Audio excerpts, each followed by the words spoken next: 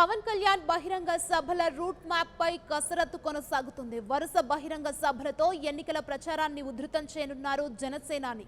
రోజుకు 3 నుంచి 4 బహిరంగ సభల్లో పాల్గొనేలా జనసేన ముఖ్య నేతలు రూట్ మ్యాప్ ని సిద్ధం చేస్తున్నారు. హెలికాప్టర్ తో పాటు రోడ్డు మార్గాన బహిరంగ సభల్లో పాల్గొననున్నారు జనసేన అధినేత పవన్ కళ్యాణ్.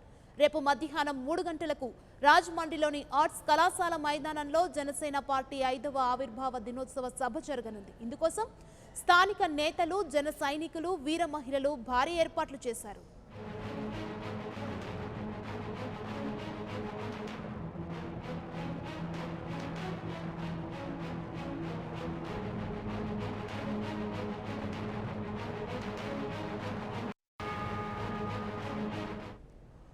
పవన్ కళ్యాణ్ బహిరంగ సభల రూట్ మ్యాప్ పై కసరత్తు కొనసాగుతుంది. వరుస బహిరంగ సభలతో ఎన్నికల ప్రచారానికి ఉధృతం చేయనున్నారు జనసేనాని. రోజుకు 3 నుంచి 4 బహిరంగ సభల్లో పాల్గొనేలా జనసేన ముఖ్య నేతలు రూట్ మ్యాప్ సిద్ధం చేస్తున్నారు. హెలికాప్టర్ తో పాటు రోడ్డు మార్గాన బహిరంగ సభల్లో పాల్గొననున్నారు జనసేన అధినేత పవన్ కళ్యాణ్. రేపు మధ్యాహ్నం 3 గంటలకు రాజమండ్రిలోని ఆర్ట్స్ కళాశాల మైదానంలో జనసేన పార్టీ 5వ ఆవిర్భావ దినోత్సవ సభ జరగనుంది. ఇందుకోసం స్థానిక నేతలు, జన సైనికులు, వీర మహిళలు భారీ ఏర్పాట్లు చేశారు. ఇదే అంశానికి సంబంధించి మరిన్ని అప్డేట్స్ మా ప్రతినిధి నేతాజీ ఫోన్లైన్లో అందించడానికి సిద్ధంగా ఉన్నారు. నేతాజీ, చెప్పండి, పవన్ కళ్యాణ్ బహిరంగ సభకి రూట్ మ్యాప్ పై కసరత్తు జరుగుతున్నట్లుగా తెలుస్తుంది. రేపు జరగబోయే సభకి ఎంతమంది హాజరయ్యే అవకాశం ఉంది? ఏర్పాట్లు ఏ విధంగా ఉన్నాయి? జనసేన అధినేత పవన్ కళ్యాణ్ బహిరంగ సభల రూట్ మ్యాప్ పై కసరత్తు కొనసాగుతుంది. పార్టీ ముఖ్య నేతలంతా కూడా ఏ ప్రాంతాల్లో ముందుగా పవన్ కళ్యాణ్ బహిరంగ సభలను ఏర్పాటు చేయాలన్న దాని మీద చర్చిస్తున్నారు. రోజుకి కనీసం 3 నుంచి 4 బహిరంగ సభల్లో పవన్ పాల్గొనేలా రూట్ మ్యాప్ అయితే జనసేన ముఖ్య నేతలు సిద్ధం చేస్తున్నారు. ఇక వరుస బహిరంగ సభలతో ఎన్నికల ప్రచారాన్ని ఉధృతం చేయాలని జనసేనాని భావించారు. ఎందుకంటే ఇప్పటికే జన సైనికులంతా కూడా వీలైనంత ఎక్కువగా జనసేన అధినేత పవన్ కళ్యాణ్ ప్రజల్లో ఉండాలని కోరుకుంటున్నారు. ఈ నేపథ్యంలోనే వారి కోరికని మన్నించి వీలైనంత ఎక్కువగా ప్రచారాన్ని నిర్వహించాలని పవన్ కళ్యాణ్ భావిస్తున్నారు. అందులో భాగంగానే రోజుకి 3 నుంచి 4 బహిరంగ సభల్లో పాల్గొనాలని నిర్ణయించుకున్నారు. వీలైతే హెలికాప్టర్ లేకపోతే రోడ్డు మార్గాన ఏదో ఒక మార్గంలో అయితే ప్రతిరోజు కూడా 3 నుంచి 4 బహిరంగ సభల్లో ఆయన పాల్గొనబోతున్నారు.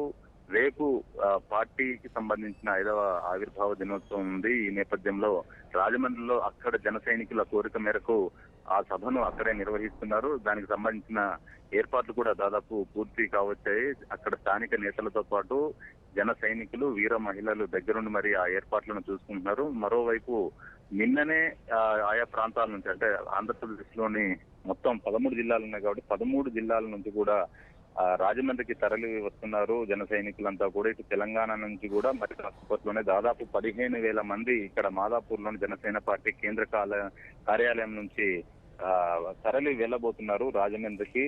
అలానే ఎన్ఆర్ఐస్ కూడా ఇప్పటికే రాజమండ్రికి చేరుకున్నారు. వాళ్ళు కూడా దాదాపు 150 మంది గల్ఫ్ కంట్రీస్ నుంచి ఎన్ఆర్ఐస్ వీళ్ళంతా కూడా జనసేన పార్టీ ఆవిర్భావ దినోత్సవంలో పాల్గొనాలని భావిస్తున్నారు. ఇక రేపు మధ్యాహ్నం 3 గంటలకు రాజమండ్రిలోని ఆర్ట్స్ కళాశాల మైదానంలో ఈ పార్టీ ఆవిర్భావ సభను జనసేనాని ఏర్పాటు చేశారు. ఆ సభ వేదికగా జనసేన పార్టీకి సంబంధించిన పూర్తి స్థాయి మేనిఫెస్టోను పవన్ కళ్యాణ్ ప్రకటించబోతున్నారు. మరోవైపు పలువురు అభ్యర్థుల పేర్లను కూడా అక్కడి నుంచే ప్రకటిస్తారని ప్రచారం అయితే జరుగుతుంది. కాకపోతే పూర్తి స్థాయి మేనిఫెస్టోని ప్రకటించి అభ్యర్థులకు సంబంధించి ఈ నెల 16 తర్వాత ప్రకటించాలి అన్నట్లుగా పవన్ కళ్యాణ్ భావిస్తున్నారని మనకైతే సమాచారం అందుతుంది. పూర్తి స్థాయి మేనిఫెస్టోలో మాత్రం రైతులు, అలానే నిరుద్యోగులు ఎవరైతే ఉన్నారో మహిళలు, వీళ్ళందరికీ కూడా ఆయన పెద్దపీట వేసినట్టుగా తెలుస్తుంది. వ్యవసాయ రంగానికి కూడా అగ్రతాంబూలం ఇచ్చినట్లుగా మనకైతే సమాచారం అందుతుంది. ఇప్పటికే ఆ పూర్తి స్థాయి మేనిఫెస్టోకు సంబంధించి మనకున్న సమాచారం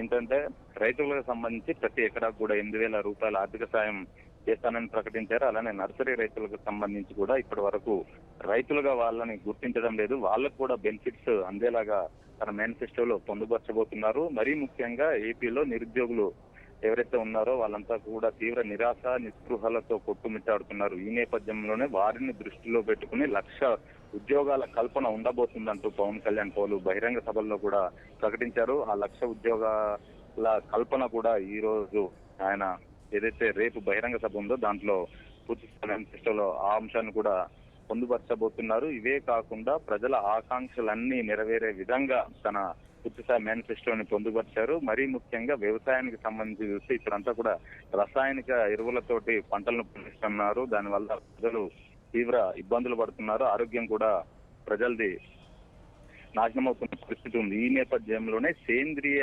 సేద్యాన్ని ప్రోత్సహించాలని పవన్ కళ్యాణ్ భావించారు. ఆ వ్యవసాయానికి సంబంధించిన పాలసీలను కూడా ఆయన రూపొందించారు. జనసేన పార్టీ పూర్తిస్థాయి మేనిఫెస్టోలో వ్యవసాయానికి సంబంధించిన పాలసీలు కూడా ఉండబోతున్నాయి. అందులో మరీ ముఖ్యంగా చూస్తే సేంద్రియ వ్యవసాయం ఏదైతే ఉందో దాని ద్వారా ప్రజల ఆరోగ్యాన్ని కాపాడడం, అలానే రైతులకు ఏదైతే గిట్టుబాటు ధర కాదు లాభసాటి ధర వచ్చే విధంగా ఉండడం, ఇవన్నీ కూడా అందులో ఉండబోతున్నాయి. అలానే సేంద్రియ సేద్యం వల్ల నేల స్వభావం కూడా దెబ్బతినదు, నేలకు జీవం వస్తుందని పవన్ కళ్యాణ్ భావిస్తున్నారు.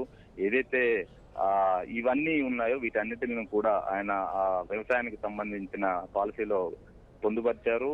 పూర్తిస్థాయి మేనిఫెస్టో అన్నది మాత్రం మహిళలు, ఎవరైతే బడుగు బలహీన వర్గాల వారు ఉంటారో అందరినీ ఆకట్టుకునే విధంగా ఉండబోతుంది. 100% ఆచరణకు సాధ్యమయ్యే హామీలతోటే పూర్తిస్థాయి మేనిఫెస్టోని ఆయన ప్రకటించబోతున్నారు. రేపు మధ్యాహ్నం జరిగే బహిరంగ సభలో దాదాపు 10 నుంచి 12 లక్షల మంది పాల్గొంటారన్న అంచనాతో అక్కడ స్థానిక నేతలు ఏర్పాట్లు అయితే చేస్తున్నారు. నేతాజీ, అంటే ఎన్నికల షెడ్యూల్ ప్రకటించిన తర్వాత ఏపీలో రాజకీయాలు ఒక్కసారిగా హాట్ టాపిక్ గా మారాయి. పార్టీల నేతలు హడావిడిగా అభ్యర్థులను ఎంపిక చేసుకోవడం ఫుల్ బిజీగా ఉన్నాయి. అంటే ఈ నేపథ్యంలో పవన్ కళ్యాణ్ ఈ భారీ బహిరంగ సభలో షెడ్యూల్ వచ్చిన తర్వాత పాల్గొనబోతున్నారు.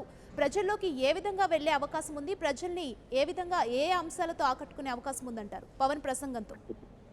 అయితే పవన్ కళ్యాణ్ మాత్రం ఎప్పుడు ఒకటే చెప్తూ వస్తున్నారు, జనసేన పార్టీ అనేది ఇతర పార్టీల మాదిరి కాదు. 100% రాజకీయ జవాబుదారీతనంతో జనసేన పార్టీ రాజకీయాలు చేస్తుంది. ఇష్టం వచ్చిన హామీలు ఇవ్వదు, ఆచరణకు సాధ్యమయ్యే హామీలు మాత్రమే ఇస్తుంది అంటూ ఆయన పదే చెప్తూ వస్తున్నారు. రేపు జరిగే బహిరంగ సభలో కూడా ఇదే అంశాన్ని ఆయన ప్రస్తావించబోతున్నారు. ఎందుకంటే ఇప్పుడు అటు అధికార ప్రతిపక్ష పార్టీలు ఇచ్చిన హామీలు ఏవైతే ఉన్నాయో, రాష్ట్ర బడ్జెట్ 2 లక్షల కోట్లు ఉంటే వాళ్ళు ఇచ్చే హామీలు మాత్రం 6 లక్షల కోట్లు దాటిపోతుంది. ఈ నేపథ్యంలో అవి ఆచరణకు సాధ్యమా కాదా అని పవన్ కళ్యాణ్ ప్రజల్ని ప్రశ్నిస్తూ వస్తున్నారు. అలానే తాను ఇవ్వబోయే ఉచిత విద్య, వైద్యం అందరికీ కుల మతాలకు అతీతంగా ఆంధ్రప్రదేశ్ లోని ప్రతి ఒక్కరికి కూడా అందిస్తానని పవన్ కళ్యాణ్ ఇప్పటికే ప్రకటించారు. దానికి కూడా పూర్తిస్థాయి మేనిఫెస్టోలో పొందుపరచబోతున్నారు. కాబట్టి అది ఎలా సాధ్యం అన్నది కూడా ఆయన తన ప్రసంగం ద్వారా రేపు చెప్పబోతున్నారు. 1,00,000 ఉద్యోగాలు అన్నది కూడా ఎలా ఇవ్వబోతుంది అన్నది కూడా ఆయన చెప్పే అవకాశం ఉంది. ఇలాగా ప్రజలకు ఏవైతే ఇచ్చిన హామీలు ఉన్నాయో, అటు పాక్షిక మేనిఫెస్టోలో పొందుపరిచిన హామీలు చూసినా మహిళలకు సంబంధించి రాజకీయంగా 33% రిజర్వేషన్లు, ఉచితంగా గ్యాస్ సిలిండర్ల పంపిణీ, అలానే ప్రతి మహిళా అకౌంట్ లో రేషన్ కు బదులుగా 2,500 నుంచి 3,500 వరకు నగదు బదిలీ, ఇవన్నీ కూడా మహిళలను విశేషంగా ఆకర్షించాయి. మహిళలు కూడా స్క్రీనింగ్ కమిటీ ముందుకు, అంటే జనసేన పార్టీ తరఫున పార్టీ అభ్యర్థులు ఎవరైతే లోక్సభకు గానీ అసెంబ్లీకి గానీ పోటీ చేసే వాళ్ళు ఉంటారో వారి నుంచి దరఖాస్తులను స్క్రీనింగ్ కమిటీ ద్వారా జనసేన పార్టీ స్వీకరించింది. దానికి దాదాపు 2,410 వచ్చాయి. అందులోనూ 570 మంది కేవలం మహిళలే దరఖాస్తు చేసుకున్నారు. దీన్ని బట్టే మనం చూడొచ్చు జనసేన పార్టీ మహిళలకు ఎంత ప్రాధాన్యతనిస్తుంది అన్నది. అలానే జనసేన పార్టీ పట్ల మహిళలు ఎంత ఆకర్షితులయ్యారన్నది కూడా మనం ఈ ఒక్క అంశాన్ని పరిగణలోకి తీసుకోవాలి. ఈ రకంగా right. Thank you Netaji. For more updates, please subscribe 99 TV Telugu.